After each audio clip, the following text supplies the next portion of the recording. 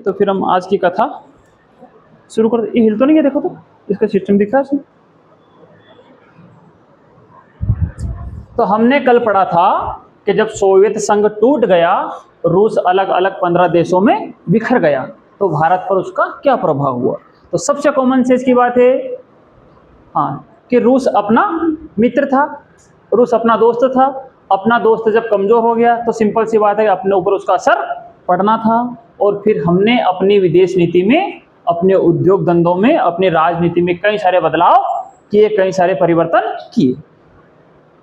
तो उदारीकरण क्या था, वैश्वीकरण क्या था, ये मैंने आपको कल भी बताया। तो भारत का एक महत्वपूर्ण मित्र देश समाप्त हो गया, भारत को अपनी विदेश नीति में बदलाव करना पड़ा। भारत ने रूस के साथ मैत्रीपूर्ण संबंध बनाए रखे। ऐसा नहीं कि रूस कमजोर हो गया तो हमने उससे अपनी दोस्ती तोड़ दी, उससे हमने मित्रता बनाए रखी। और 1991 में भारत ने आर्थिक उदारीकरण की नीति अपनाई। रूस ऐसा देश था जहां पर आर्थिक उदारीकरण की नीति नहीं थी, वहां पे वैश्वीकरण नहीं था, वहां पे पूंजीवाद नहीं था। ये सिर्फ अमेरिका के पास था और अमेरिका के मित्र देशों में था। जब रूस टूट गया तो हमने भी फिर रूस के कारनामों को थोड़ा छोड़ा और अमेरिका की तरफ धीरे धीरे हम शिफ्ट हुए, लेकिन रूस से भी हमने दोस्ती रखी। और जो आर्थिक उदारीकरण रूस नहीं कर रहा था वो हमने अमेरिका के देखा देख किया और आर्थिक उदारीकरण की नीति अपनाई। मतलब बाहर की कंपनियों को अपने देश में आने का न्योता दिया और उनसे बोला कि आप यहाँ पे आके अपना बिजनेस कीजिए, हमारे देश में धंधा कीजिए, हम आपकी मदद करेंगे। ये हमने पढ़ लिया था ना। तो दो ध्रुवीयता का अंत हुआ और नई विश्व व्यवस्था लागू हुई। जब 1991 में सोवियत संघ टूट गया तो एक ध्रुव खत्म हो गया और जब एक ध्रुव रह जाएगा तो फिर दुनिया में नई व्यवस्था लागू हुई। उसी नई व्यवस्था को हम उदारीकरण, वैश्वीकरण, इनके सबके तहत पढ़ते हैं। तो 1991 में सोवियत संघ के विघटन के साथ लगभग 45 वर्षों से चली आ रही दो ध्रुवीय विश्व व्यवस्था समाप्त हो गई। 45 वर्षों से कैसे चली आ रही थी ये मैंने आपको बताया कि 1917 में रूस में क्रांति हुई थी, उसके बाद में 1922 में सोवियत संघ की आधिकारिक रूप से स्थापना हुई। वो बताया था ना आपने, बुक में लिखा है कि 1917 में, किसने बताया था मुझे? एनसीईआरटी में। तो बुक में लिखा है कि 1917 की सोवियत क्रांति के बाद, रूसी क्रांति के बाद सोवियत संघ की स्थापना हुई। तो बाद में कब हुई वो आधिकारिक रूप से ऑफिशियल कागज पे दस्तखत हुए? 1922 में। कब हुए? 22 में हुए।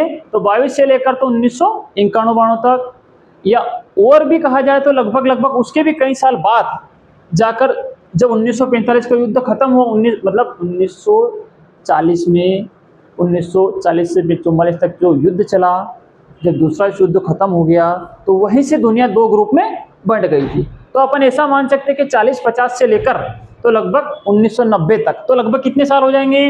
अपन 1950 के लगभग से मान लो, है ना, 50 मान लो या ऐसा मान लो कि 45 मान लो। तो 1945 से 1990 तक कितने साल हो गए? ध्यान से देखो, 50 मान लो तो 40 साल तो ये और 5 साल ये, तो लगभग 45 साल तक दुनिया दो हिस्सों में बंटी रही। एक हिस्सा अमेरिका के हिसाब से चला और कुछ देश रूस के हिसाब, सोवियत संघ के हिसाब से चले। तो दुनिया 45 साल तक दो ध्रुवों में बंटी रही। लेकिन जैसे ही एक ध्रुव खत्म हुआ तो जो लगभग 45 साल से जो दो ध्रुवीयता चली आ रही थी, पूरा विश्व दो ध्रुवीय व्यवस्था में बटा हुआ था, वो दो ध्रुवीय विश्व व्यवस्था समाप्त हो गई। इसके बाद विश्व राजनीति में एक नया युग शुरू हुआ। इस नए युग को हम नई विश्व व्यवस्था कहते हैं। ऐसा नहीं है कि पूरी दुनिया बदल गई और ये धरती थी कि अंतरिक्ष में चली गई और नए लोग आ गए। बस काम करने का तरीका लोगों का बदला, सरकारों का काम करने का ढंग बदला, एक नई तरीके से दुनिया में व्यापार, धंधे, राजनीति होने लगी। उसी को हम कहते हैं नई विश्व व्यवस्था। वो क्या थी, क्या क्या उसकी विशेषताएं थी, क्या क्या उसके महत्वपूर्ण बिंदु है, यही हम इसमें पढ़ेंगे। तो देखो, पहले एक बार फिर से बताता हूं मैं आपको कि दो ध्रुवीयता क्या थी। दूसरे विश्व युद्ध के बाद विश्व दो महाशक्तियों में बंटा, जैसा अभी मैंने आपको बताया। पहला था संयुक्त राज्य अमेरिका, ये पूंजीवादी गुट था और दूसरा ग्रुप था सोवियत संघ, ये समाजवादी गुट था। स्टार्टिंग की क्लास में मैंने आपको बताया था कि पूंजीवाद का मतलब है जब कोई सरकार किसी देश में हम निजी उद्योग धंधों, प्राइवेट कंपनियों को सारा बिजनेस धंधा सौंप देते हैं, या निजी उद्योगपति या हर कोई व्यक्ति अपना स्पेशल उद्योग धंधा बिजनेस खोलता है, सरकार उसमें कोई हाथ नहीं डालती है, तो उसे हम कहते हैं पूंजीवादी गुट। क्या कहते हैं? पूंजीवादी व्यवस्था कह दो या पूंजीवादी गुट कह दो, एक ही बात है। मतलब वो अपनी खुद की पूंजी बनाते हैं, खुद की प्रॉपर्टी बनाते हैं। एक बिजनेसमैन है तो वो खुद के लिए लाभ कमाता है, उसको दूसरे से कोई लेना देना नहीं होता है, ना तो सरकार से कोई लेना देना उसका, ना जनता से कोई लेना देना है। वो बस अपना प्रॉफिट, अपना लाभ चाहता है और सारा लाभ उसी का होता है। लेकिन उसमें क्या होता है कि कई बार कई कंपनियां, कई उद्योगपति अपने उद्योग को जनता में इस प्रकार फैला देते हैं कि जनता उसको खरीदने के लिए मजबूर हो जाती है और वो जनता को अनाप शनाप लूटते हैं।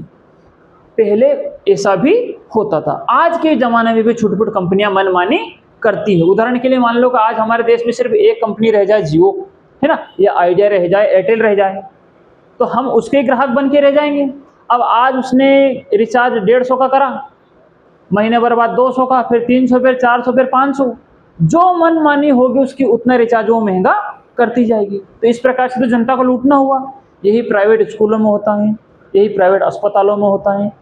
तो इसे हम कहते हैं पूंजीवाद। क्या कहते हैं? जहां पर उद्योगपति अपनी पूंजी बनाने के लिए, अपनी प्रॉपर्टी बनाने के बारे में सोचते हैं, जनता के भले बुरे के बारे में नहीं सोचते। जनता जियो तो जियो और मरो तो मरो, बस उन्हें अपने लाभ से काम है। इसके उलट दूसरी व्यवस्था थी समाजवादी। क्या थी? जो व्यवस्था सिर्फ अपनी पूंजी बनाने में भरोसा रखे उसे पूंजीवादी व्यवस्था कहते हैं। और जो व्यवस्था पूरी समाज के बारे में सोचती है, पूरी समाज, पूरे देश की जनता को लेकर चलती है, उसके भले बुरे को ध्यान में रखकर बनाई जाती हैं, जनता का भला करने पर, जनता की सहायता करने पर, जनता की मूलभूत आवश्यकताओं की पूर्ति करने पर जिस व्यवस्था में जोर दिया जाता है, ऐसी व्यवस्था को कहते हैं हम समाजवाद। अब मान लो कोई बिजनेसमैन है और उसने उसका बिजनेस खोला है, तो वो तो अपने लाभ के लिए देखेगा, वो जनता की तरफ ध्यान देगा क्या? तो मतलब ये समाज का कल्याण का कार्य पूंजीवादी लोगों से तो हम इसकी उम्मीद नहीं कर सकते। ये काम सिर्फ आम तौर पे सरकार ही कर सकती है, क्योंकि सरकार के लिए तो जनता ही उसका देश है और वही असली मायनों में सरकार है, क्योंकि जनता ही तो सरकार है। सरकार बनाती कौन है? जनता। और सरकार किसके लिए काम करती है? देश के लिए और जनता के लिए। तो मतलब जब सरकार अपने हाथों में सारे उद्योग धंधे, सारे बिजनेस, सारे कारखाने, लाभ के सारे संसाधन, रेलवे, बैंकिंग, खदाने, सारे कारखाने, फैक्ट्रियां, जहाँ जहाँ से पैसा आता है, कमा सकते हैं, वो सारे काम सरकार अपने हाथ में ले लेती है। जैसे कि हॉस्पिटैलिटी हो गई, शिक्षा व्यवस्था हो गई, सारी चीज़ों को सरकार अपने हाथ में ले लेती हैं और खुद पैसा कमाती हैं और फिर जनता की सहायता करती है। तो ऐसी व्यवस्था को हम कहते हैं समाजवादी व्यवस्था। क्या कहते हैं? समाजवादी व्यवस्था भी कह सकते हैं। और ये समाजवादी व्यवस्था लागू हुई थी सबसे पहले सोवियत संघ में। किसमें लागू हुई थी? सोवियत संघ में। इसमें 15 देश शामिल थे। तो विश्व 2 महाशक्तियों में बंटा था। पहले अमेरिका थी जो कि पूंजीवादी थी और दूसरा सोवियत संघ था जो कि समाजवादी था। 1991 में ये सोवियत संघ टूट गया और विश्व 2 महाशक्तियों पर आधारित व्यवस्था समाप्त हो गई। जो पूरी दुनिया में 2 व्यवस्था थी, 2 महाशक्तियां थी, उसमें से एक महाशक्ति खत्म हो गई। इसी को हम कहते हैं 2 ध्रुवीयता का अंत कहा जाता है। सवाल पूछा जाए परीक्षा में कि 2 ध्रुवीयता क्या थी, या ऐसे पूछा जाए कि 2 ध्रुवीयता का अंत क्या था, तो हम बताएंगे कि दूसरे विश्व युद्ध के बाद दुनिया 2 महाशक्तियों में बटी थी। 1991 में एक महाशक्ति समाप्त हो गई सोवियत संघ के रूप में। सोवियत संघ का टूट जाना ही 2 ध्रुवीय व्यवस्था का अंत कहलाता है, या 2 ध्रुवीयता का अंत कहा जाता है। ऐसे देखो, भाव नहीं बदलना चाहिए बात का। अपनी भाषा में आप उसको कैसे भी लिख दो, कोई फर्क नहीं पड़ता है। कुल मिला के बात ये बतानी होती है कि रूस सोवियत संघ खत्म हो गया। इसी को हम 2 ध्रुवीयता का अंत कहते हैं। अगला, अब जब दो ध्रुव थे, एक ध्रुव टूट गया तो बचा कौन सा ध्रुव? एक बचा। इसी को हम कहते हैं एक ध्रुवीय विश्व व्यवस्था। उससे पहले दो ध्रुवीय विश्व व्यवस्था थी, अब बच गई एक ध्रुवीय विश्व व्यवस्था। तो सोवियत संघ के विघटन के बाद केवल एक अमेरिका ही विश्व की सबसे बड़ी महाशक्ति बचा है ना, शक्तिशाली है ना। ये एक्चुअली इसमें दो बार शब्द है ना, विश्व की सबसे शक्तिशाली, कोई बात नहीं चलेगा, शक्तिशाली महाशक्ति बचा। इसी कारण इस नई व्यवस्था को हम एक ध्रुवीय विश्व व्यवस्था कहा गया। अमेरिका सबसे शक्तिशाली देश बन गया। किस किस रूप में? आर्थिक, राजनीतिक और सैन्य प्रभाव बढ़ता गया। अब देखो, यदि एक ही व्यक्ति शक्तिशाली है तो सारे देश मदद मांगने के लिए किसके पास जाएंगे? अमेरिका के पास। जो उसके पास मदद मांगने नहीं जाएगा और जो किसी और से दोस्ती करने भी जाएगा तो क्या अमेरिका को अच्छा लगेगा क्या? यानी कि सारे देश ने फिर व्यापार किसके साथ करना शुरू कर दिया? अमेरिका के साथ। तो अमेरिका का व्यापार दिनों दिन बढ़ता गया। जैसे कि मान लो कि हमारे देश में हमने गेहूं उत्पादन किया, प्याज उत्पादन किया, कोयला उत्पादन किया, पेट्रोल डीजल बनाए, हजारों गाड़ियां हमारे देश में हमने बनाई, बसें बनाई, कई सारी फील्ड में हमने बहुत सारा उत्पादन किया, बहुत सारा सामान हमने बना लिया, बहुत सारी सेवाएं हमने उत्पन्न की। सेवा उत्पन्न, देखो, जब किसी सामान का निर्माण करते हैं तो उसे हम वस्तु का उत्पादन कहते हैं। क्या कहते हैं? और जैसे कि हमने कई सारे इंजीनियर बना दिए। क्या किए? हमने हजारों की संख्या में इंजीनियर बनाए हर साल, अच्छे वाले, है ना।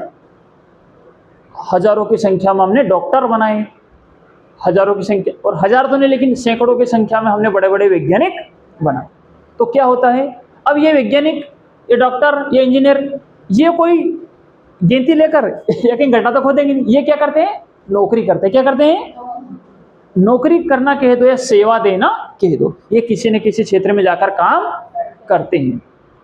तो जब कोई कर्मचारी किसी क्षेत्र में जाकर सर्विस करता है, सेवा करता है, नौकरी करता है, तो उसे हम कहते हैं सेवा क्षेत्र। क्या कहते हैं? तो मान लो हमने ऐसा कई सारी चीजें पैदा अपने देश में की। अब मामला यह है कि मान लो हमने 1,00,000 कुंटल गेहूं पैदा किया, 1,00,000 कुंटल प्याज पैदा किए और 1,00,000 गाड़ियां हमने बनाई एक साल में। लेकिन हमको चाहिए सिर्फ 50,000। कितने चाहिए? 50,000। अब जो ये तीनों जगह पे जो 50,000 सामान बच गए, इसका क्या करेंगे हम? इनको हम चाहेंगे कि इनको हम बाहर के देश में बेच दें। क्या करें? तो वहां से हमारे पास पैसा आएगा, जो फैक्ट्री वाला मालिक बनाएगा उसके पास भी आएगा, और उसके पास आएगा तो वो टैक्स के रूप में सरकार के पास भी देगा पैसा वो। तो कुल मिला के लाभ किसका हुआ? जनता का भी हुआ, फैक्ट्री वाले का भी हुआ और सरकार का भी हुआ। लेकिन सोचो कि यदि किसी देश का सामान खरीदे ही नहीं कोई, हमने सामान बना लिया लेकिन हमारा सामान खरीदने वाला कोई है ही नहीं, तो क्या उस सामान को सिर पे लेके घूमे क्या हम फिर कि चलो देखो हमने बना लिया? किसी काम का नहीं। उस सामान को बनाने की लागत उल्टी हमें महंगी पड़ेगी। पड़ेगी नहीं पड़ेगी?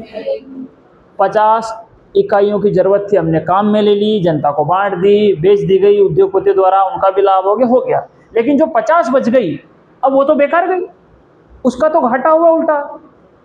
तो हर देश चाहता है कि ज़्यादा से ज़्यादा देश उसके यहाँ सामान खरीदने आए, उसके साथ व्यापारिक संबंध बनाएं, ताकि वो ज़्यादा से ज़्यादा लोगों को अपना सामान बेच सके। ज़्यादा से ज़्यादा लोग खरीदने आएंगे तो हम और उद्योग धंधे लगाएंगे, और ज़्यादा सामान पैदा करेंगे और लोगों को बाहर के देशों को बेचेंगे। अब होता क्या है, जैसे कि हमने सामान पैदा किया और कोई देश हमारे पास खरीदने आ रहा है, हमने 50 गाड़ी है हमारे पास बेचने के लिए रखी है, कोई देश हमारे पास खरीदने के लिए आ रहा है। तो अमेरिका था ताकतवर उस समय, और उसने भी 100 गाड़ियां बनाई और उसके पास भी 50 गाड़ियां बच गई। हमारे पास भी बेचने के लिए 50 गाड़ियां रखी है, उसके पास भी बेचने के लिए 50 गाड़ियां रखी है। किसी तीसरे देश को 50 गाड़ियों की जरूरत है, वो बना नहीं पा रहा उसके देश में, लेकिन उसको गाड़ी चाहिए। अब वो सोचता है कि चलो मैं भारत के पास जाकर 50 गाड़ी खरीद लूँ। तो अमेरिका आता है, 2 थप्पड़ मारता है उसको कि तू भारत के पास से गाड़ियां नहीं खरीदेगा, तो गाड़ी अपन के पास से खरीदेगा, मतलब दादागिरी वाला माहौल ये भी चला। तो हर देश को किसी न किसी कारण से अपने व्यापारिक संबंध किससे बनाने पड़े, अमेरिका से। किससे बनाने पड़े, और अमेरिका ने बदले में ये भी कहा कि भाई मैं तेरी सुरक्षा करूंगा, मैं तेरी मदद भी करूंगा, मैं तेरे को ये सामान दूंगा, वो दूंगा, मतलब हर प्रकार का साम दाम दंड भेद वाली नीति अपना कर ज्यादा से ज्यादा लोगों को उसने अपनी तरफ किया। यदि नहीं करे तो वो मारे, समझ गए ना, मारे या धमकाए या किसी दूसरे से मरवाए, यही काम अमेरिका करता है। और इसी बलबूते पर जाकर वो महाशक्ति, ऐसा नहीं कि सिर्फ सारे बुरे काम किए, उसने अच्छे काम भी किए, लेकिन कुल मिला के उसे हम दूध का धुला नहीं कह सकते। नीच नीच नीच प्रवृत्ति का ही देश वो हमेशा से रहा, वो नहीं। असलियत में ये जो ईसाई संस्कृति थी, जो अपने अंग्रेज आए थे कि नहीं आए थे, कोई हमारी सेवा करने के लिए तो आए नहीं थे। वो पहले वो कंपनी के रूप में, ईस्ट इंडिया कंपनी के रूप में हमारे यहाँ व्यापार करने आए, व्यापार किया, हमारे ही व्यापारियों को लूटा, यहाँ के उद्योग धंधे बंद करवा दिए, धीरे धीरे राजाओं को लड़वाया, एक राजा को लड़वा के दूसरे राजा से मरवाया, फिर उसका राज भी छुड़वा लिया, उसका भी छुड़ा लिया, उसको भी कब्जा कर लिया, और धीरे धीरे पूरे देश पे कब्जा कर लिया, और यहाँ से पैसा कमा कमा कर अपने देश ले गए। नीच तो वही लोग थे। असल में ये समस्या सोच की थी, काय की थी? धरती के ज्यादातर जो धर्म हैं वो सिर्फ अपने विकास की भावना तक सीमित है। कहां तक सीमित है? मुसलमान धर्म ले लो, ईसाई धर्म ले लो, कौन सा भी धर्म उठा लो, धरती का एकमात्र धर्म ऐसा है जिसका नाम है हिंदू धर्म भी कहते हैं लोग, सनातन भी कहते हैं, इसकी कोई एक परिभाषा नहीं है। इसका जो बेसिक कॉन्सेप्ट है, इसकी जो मूल अवधारणा है, वो पूरे विश्व के कल्याण पर आधारित है। हमारा देश, हमारा धर्म हमेशा से इस सिद्धांत पर चलता आया है कि हम खुद का कल्याण तो करें, लेकिन उससे पहले हम दूसरे का कल्याण जरूर करें। हमने ऐसा कभी नहीं सोचा कि हम दूसरे को मार काट डालें अपने भले के लिए। आप बड़े होंगे तो आगे जाकर और ऐसी बड़े बड़े व्याख्यान पढ़ेंगे, आपको पता चला है कि दुनिया के धर्मों में, दुनिया की राजनीति में और भारत की राजनीति में कितना अंतर है। तो यही अंग्रेज लोग जो यूरोप में थे, समय के साथ कहाँ पे जाके बसे? अमेरिका में। कहाँ बसे? अमेरिका में जाके। तो वही खून में तो वही खराबी है, वही जहर भरा हुआ है, वही नीचपना भरा हुआ है। तो क्या उनको भावना आने वाली है? क्या जो कुकर्म इन्होंने पूरी धरती को कब्जा करके किए, अमेरिका में भी वही ईसाई, वहां भी उन्होंने ये कर्म किया, और आज तक भी वही काम उसका जारी है। तो असली समस्या किसकी है? खून की, डीएनए की, उस धर्म के सिद्धांत की समस्या। तो इन्होंने यही कर्म किए, आज भी यही काम कर रहे हैं। तो सारे देशों को इसने अपनी तरफ किसी न किसी प्रकार से अपने पाले में लिया। अब सारे लोग जब उसके पास आके बैठने लगेंगे, उसके साथ उद्योग धंधे व्यापार करेंगे, तो स्वाभाविक सी बात है कि वो आर्थिक रूप से भी क्या हो जाएगा? मजबूत होगा कि नहीं होगा? उसका व्यापार बहुत चलेगा, और वैसा ही हुआ। राजनीतिक रूप से जब एक देश, जब दो देश आपस में लड़ रहे हैं मान लो, है ना, तो दो में से एक मान लो अमेरिका का दोस्त है। किसका दोस्त है? तो वो जाके अमेरिका से बोलेगा कि भाई ये मेरे को मार रहा है। तो अमेरिका किसको धमकाएगा? जो उसके दोस्त है का दुश्मन है उसको, ए भाई चल पीछे हट यहाँ से, मेरे दोस्तों को तो हाथ नहीं लगाए। एक देश का दूसरे देश से जब ऐसा राजनीतिक संबंध होता है, तो हम कह सकते हैं कि वो राजनीतिक रूप से भी काफी मजबूत हुआ। मतलब उसकी ताकत का लोहा हर किसी को मानना पड़ा, क्योंकि ना माने तो मार खाने के अलावा कोई ऑप्शन नहीं है, किसी न किसी प्रकार से नुकसान ही उठाना पड़े। तो इसे कहते हैं कि हम राजनीतिक रूप से वो काफी मजबूत हुआ। और उसका सैन्य प्रभाव, अब सिंपल सी बात है, किसी देश के पास पैसा बहुत है, ताकत बहुत है, उसके राजनीतिक संबंध सारे देशों से बहुत मजबूत हैं।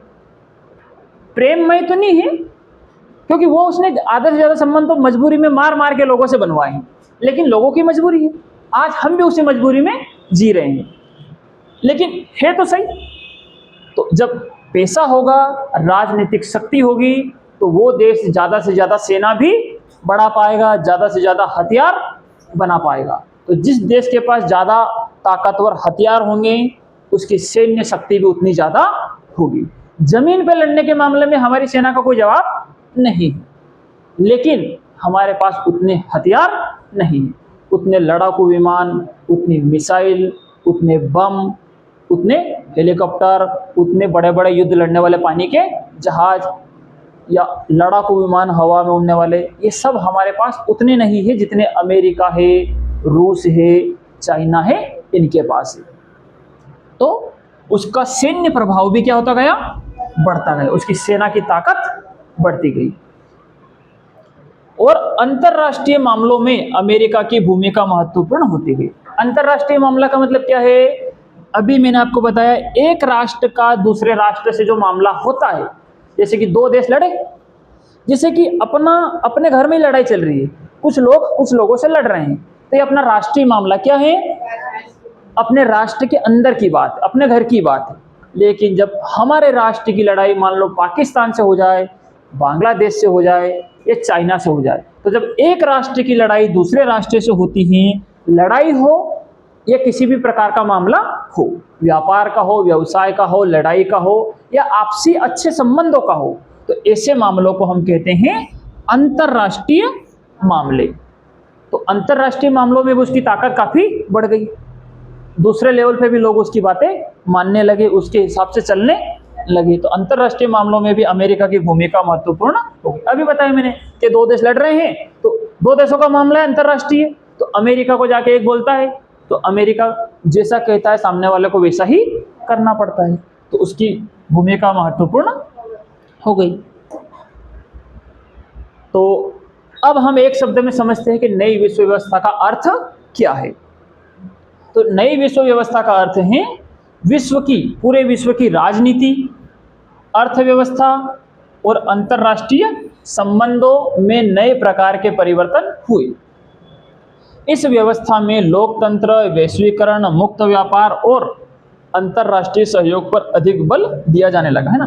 एक एक शब्दों को हम अच्छे से समझते हैं ना। फिर से विश्व राजनीति का मतलब जो अंतरराष्ट्रीय मामले हो गए, अंतरराष्ट्रीय राजनीति कह दो या विश्व राजनीति कह दो, पूरे विश्व के देश कौन सा काम करेगा, किसके साथ लड़ाई करेगा, किसके साथ नहीं करेगा, किसके साथ कैसा व्यापार करेगा, किसके साथ कैसे सैन्य सहयोग बढ़ाएगा, इसे हम कहते हैं विश्व राजनीति। क्या कहते हैं? विश्व राजनीति।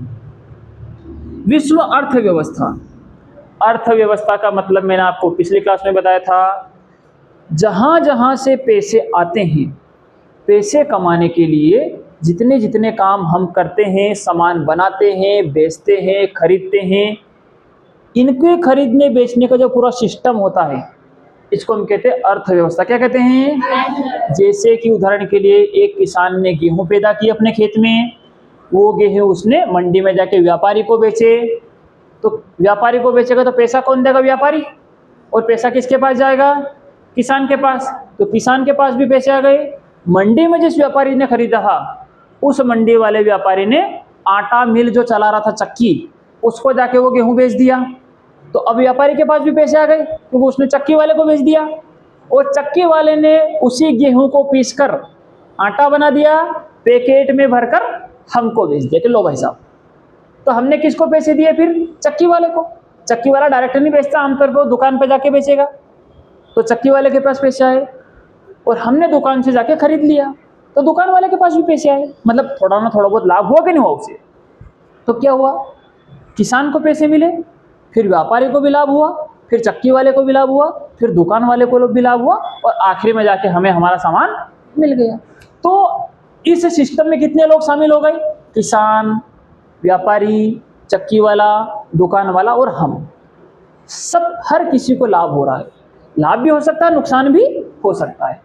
तो ये जो पूरा सिस्टम बना है कि सामान एक जगह बनता है, दूसरी जगह बिकता है, फिर वहां से माल आता है, बिकता है, इसको हम कहते हैं अर्थव्यवस्था। क्या कहते हैं? जैसे कि किसी कंपनी ने जमीन खरीदी तो किसानों को पैसा देगी वो, फिर वहां पे वो बड़ी बड़ी बिल्डिंग बनाएगी तो ठेकेदार को पैसा देगी, फिर वहां पे सामान आएगा तो सामान वाले के पास पैसा जाएगा, उसके बाद में वहां पे कर्मचारी काम करेंगे उस कंपनी में, तो कर्मचारियों के घर भी पैसा जाएगा, फिर वो कंपनी सामान बनाएगी, सामान हमको बेचेगी तो फिर कंपनी को भी लाभ होगा, और हम वो सामान या तो उपयोग करेंगे या हम किसी दूसरे को चिपका देंगे यदि वैसा सामान होगा तो मतलब कई लोगों को लाभ हो रहा कि नहीं हो रहा। और वो सामान कंपनी चाहे तो बाहर के देशों को भी बेच सकती है, जैसे मैंने आपको स्टार्टिंग में बताया था। तो पैसों का लेन देन, पैसों का कह दो या ऐसो कह दो कि सामान बेचने खरीदने का जो पूरा सिस्टम में जितने लोग शामिल होते हैं, उस व्यवस्था को हम कहते हैं अर्थव्यवस्था। क्या कहते हैं? एक शब्द है अर्थ, अर्थ का मतलब होता है धन। क्या मतलब होता है?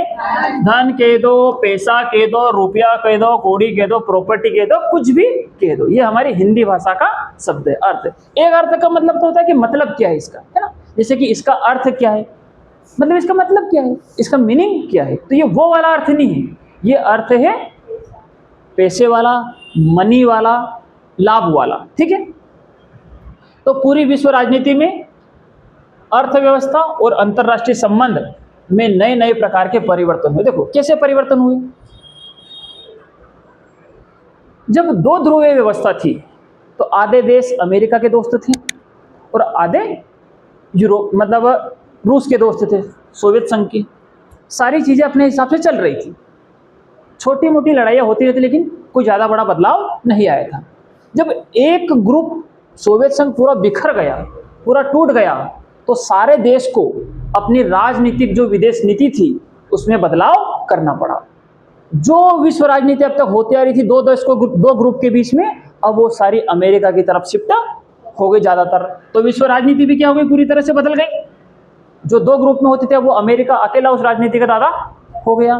जो अर्थव्यवस्था ऐसे कह सकते कि दो टुकड़ों में बटी हुई थी, कुछ लोग सोवियत संघ के साथ व्यापार कर रहे थे, कुछ लोग अमेरिका के साथ व्यापार कर रहे थे, यानी कि अर्थव्यवस्था दो दिशाओं में जारी थी। अब वो सारी की सारी अमेरिका की तरफ शिफ्ट हो गई, तो अर्थव्यवस्था भी पूरी तरह से उसमें भी कई परिवर्तन आए। और अंतरराष्ट्रीय संबंध, एक देश का दूसरे देश से संबंध कैसे था पहले, कुछ का संबंध अमेरिका के साथ था दोस्ती, और कुछ की दोस्ती रूस के साथ थी। लेकिन जब जैसे ही सोवियत संघ खत्म हुआ तो सबके अंतरराष्ट्रीय संबंध भी बदल गए। क्यों बदल गए? सारे अमेरिका की तरफ शिफ्ट हो गए। सारे नहीं मतलब ज्यादातर, और भी उसमें बहुत कुछ हुआ। ऐसा नहीं कि चीजें बिल्कुल मैं दो शब्द बोल रहा तो इतना ही है, लेकिन अपन मोटे मोटे तौर पर ऐसा समझ सकते हैं। तो इन सभी चीजों में नए प्रकार के परिवर्तन आए। और इस व्यवस्था में क्या बदला, तो आपको मैंने स्टार्टिंग की क्लास में बताया था कि जो सोवियत संघ की व्यवस्था थी उसमें लोकतंत्र नहीं था। क्या नहीं था? वहां पे एक दलीय व्यवस्था थी, मतलब सिर्फ एक ही पार्टी हुआ करती थी और कोई चुनाव भी नहीं होता था। भाई दो पार्टी होगी तो हम चुनाव करेंगे कि देखो जिस पार्टी को ज्यादा वोट मिलेंगे उसकी सरकार बनेगी, लेकिन पार्टी एक है तो चुनाव किसके बीच में करवाएं? चुनाव का मतलब है एक या मतलब दो या दो से अधिक लोगों में से किसी एक को चुनना। अब एक ही है तो उसको क्या चुनो, वही रहना है कुल मिला के।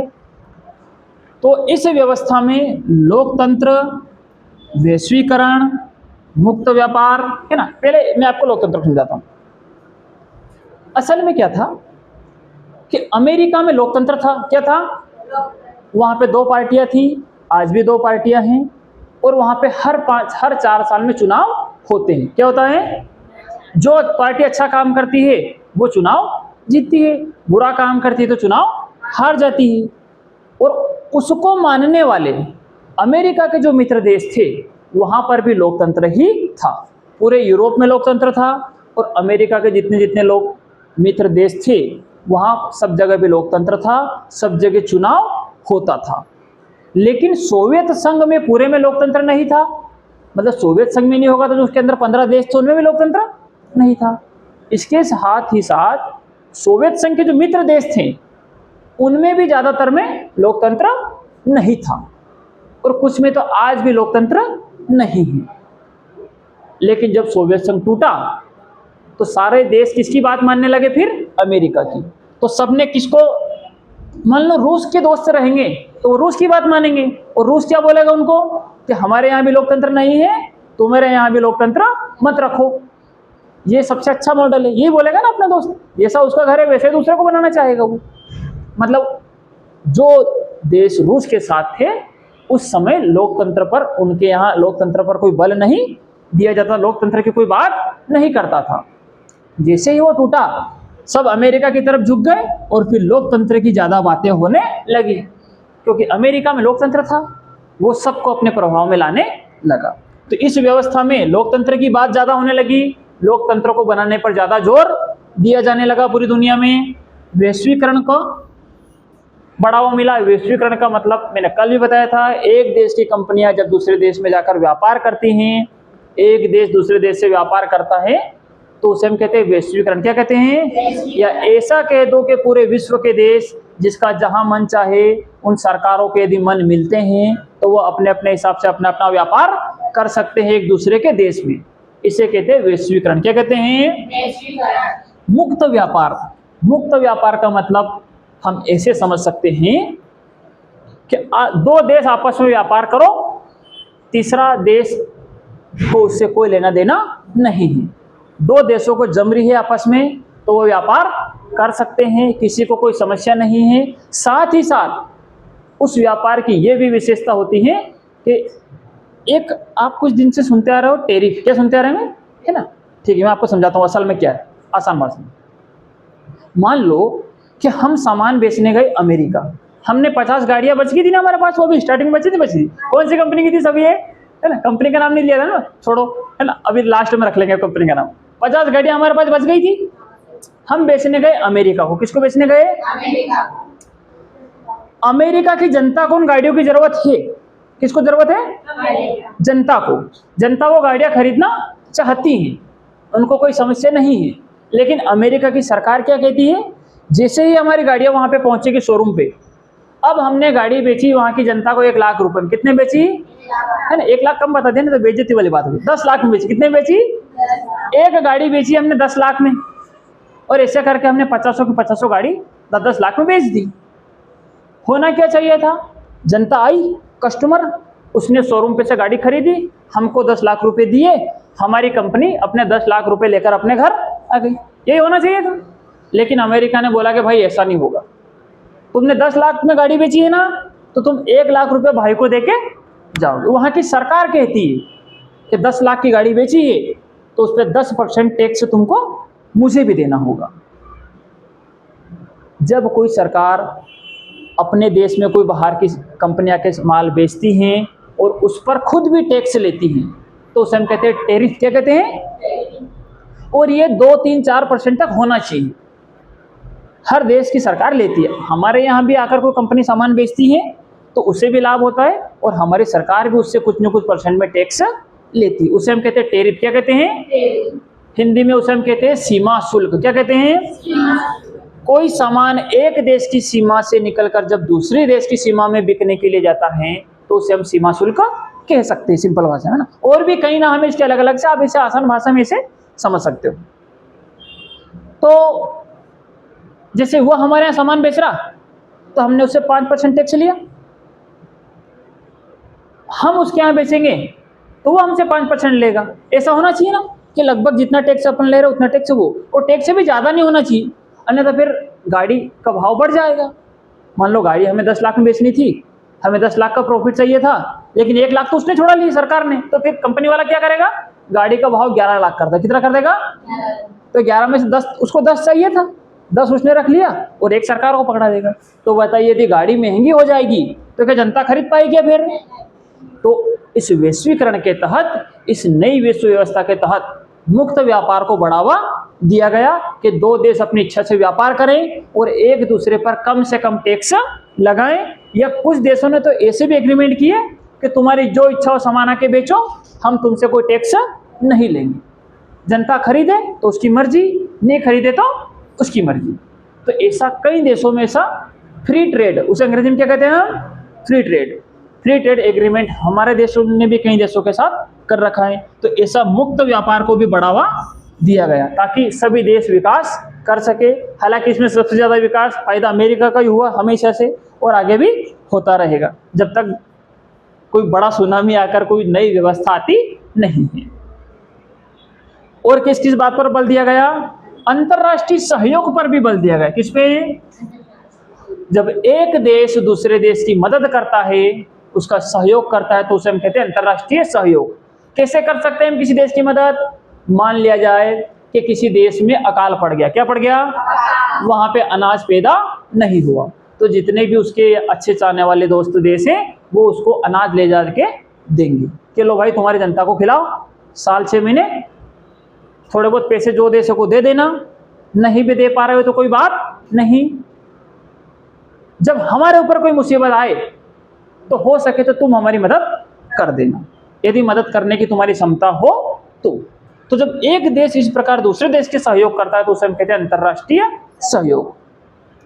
तो इस नई विश्व व्यवस्था में लोकतंत्र पर बल दिया गया, वैश्वीकरण पर बल दिया गया, मुक्त व्यापार पर बल दिया गया और अंतरराष्ट्रीय सहयोग पर भी अधिक बल दिया गया। पढ़ी थोड़ी बहुत तुम्हारे पल्ले कि ये नई विश्व व्यवस्था क्या थी, क्या क्या बदलाव इसमें आए। तो अपन यहाँ से जुलूस आगे बढ़ाते हैं।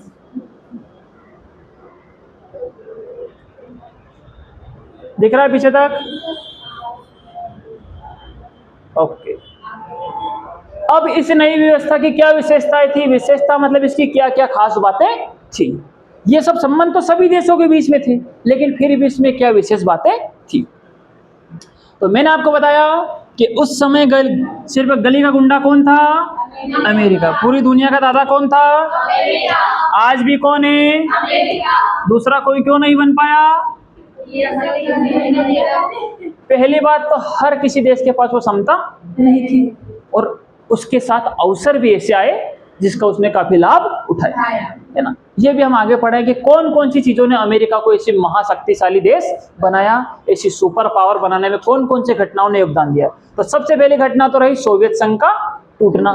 सोवियत संघ टूटने से सारे लोग उसकी तरफ खिसक गए, अब सारा पैसा वही लूटने में लग गया। और ऐसा नहीं कि सिर्फ उससे, उसने अपने देश की शिक्षा को काफी सुधारा, अपने देश की अर्थव्यवस्था को काफी सुधारा, भ्रष्टाचार को कम से कम किया, लोकतंत्र को मजबूत किया और विज्ञान के क्षेत्र में भी उसने काफी मेहनत। ऐसा नहीं है कि अमेरिका सिर्फ अपने कुकर्मों की वजह से ही महाशक्ति बना है, उसने कुछ अच्छे कदम भी उठाए। जैसे कि अपने यहाँ देख लो, एक नेता अच्छा काम करे तो दूसरा उसकी टांग पकड़ के नीचे खींचे कि नहीं ये तो मैं करूँगा, ये तो गलत है। क्यों? क्योंकि उसे चाहिए कि ये अच्छा काम कर देगा तो आने वाले 20 साल तक जनता इसके नाम की जय जयकार करेगी, अपने को कोई वोट नहीं देगा।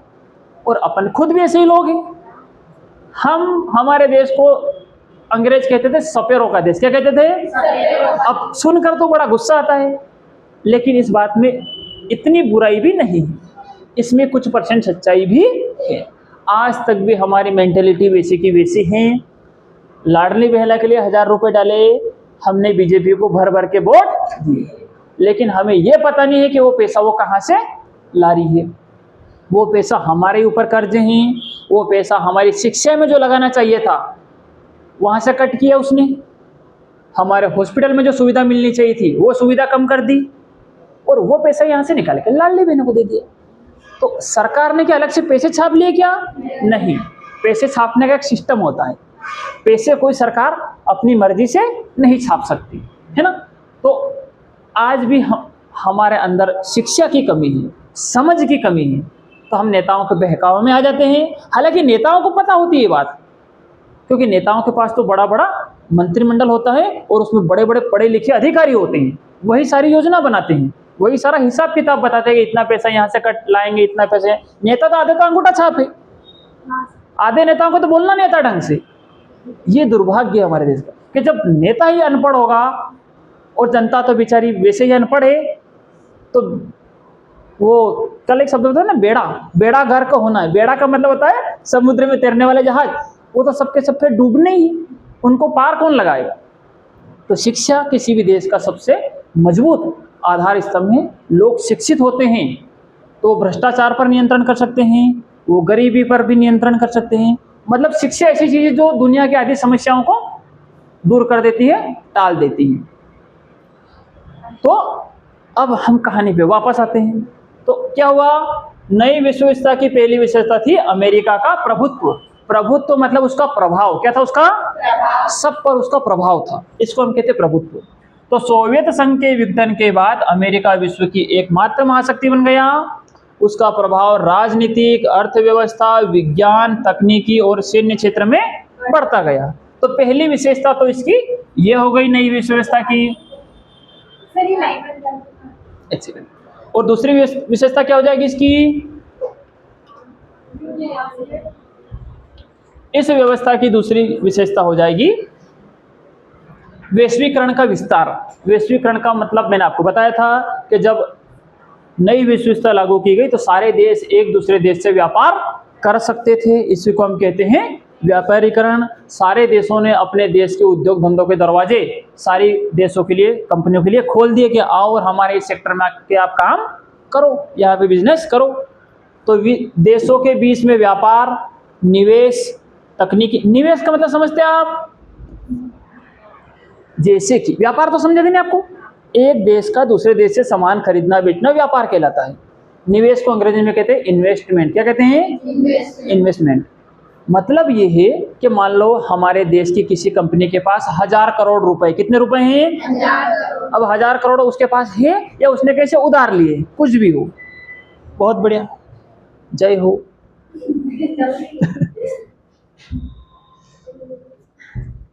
शायद क्लास का टाइम भी हो गया है ना, अपन इन बिंदुओं पर अगले क्लास में चर्चा करते हैं। तो मैं आपको जाते जाते एक बात बता जाता हूँ, वो वीडियो को रोक दो तो ऊपर क्लिक, कोई भी एक चिन्ह दबा दो, एक तो